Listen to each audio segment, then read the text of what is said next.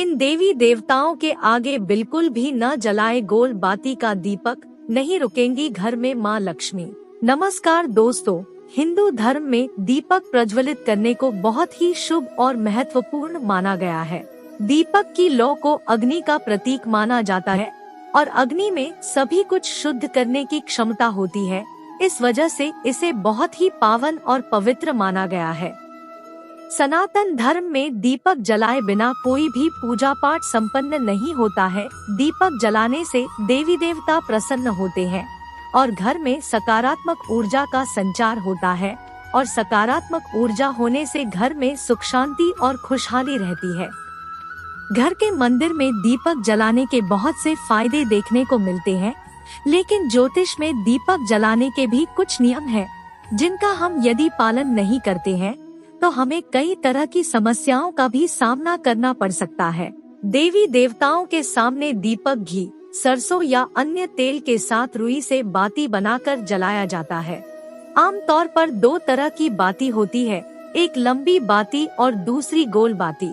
दोनों बाती को जलाने का अलग अलग महत्व है, लेकिन अधिकतर लोग इस बात से अनजान है कि गोल और लंबी बाती अलग अलग देवी देवता और पितरों के लिए जलाई जाती है।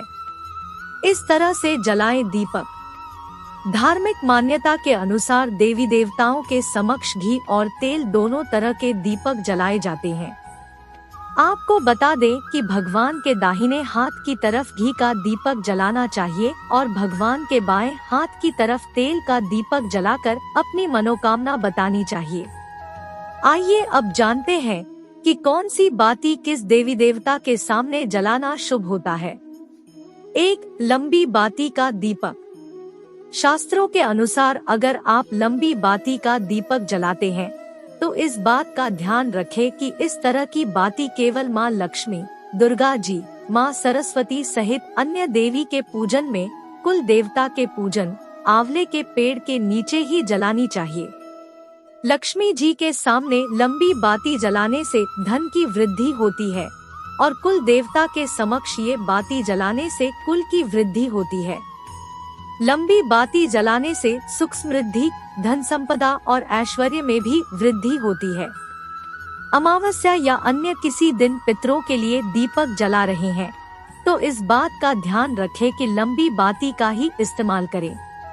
गोल बाती का इस्तेमाल करने से पितर कभी प्रसन्न नहीं होते हैं और घर में दरिद्रता वास करने लगती है, जिससे घर में रहने वाले सदस्यों की तरक्की पर बुरा असर पड़ता है। इसके साथ ही घर में कोई न कोई बीमार पड़ता रहता है, इसलिए घर में पितरों को प्रसन्न करने के लिए लंबी बाती का ही दीपक जलाएं। 2, गोल बाती का दीपक। गोल बाती को फूल बाती भी कहा जाता है। शास्त्रों के अनुसार गोल बाती का दीपक ब्रह्मा जी, इंद्रदेव, शिव जी, विष्णु जी सहित अन्य देवता के मंदिर में जलाना शुभ होता है। इसके साथ ही तुलसी के पौधे के सामने भी गोल बाती वाला दीपक ही जलाना चाहिए। गोल बाती जलाने से घर में स्थिरता आती है, जिससे माँ लक्ष्मी का घर में हमेशा वास रहता है।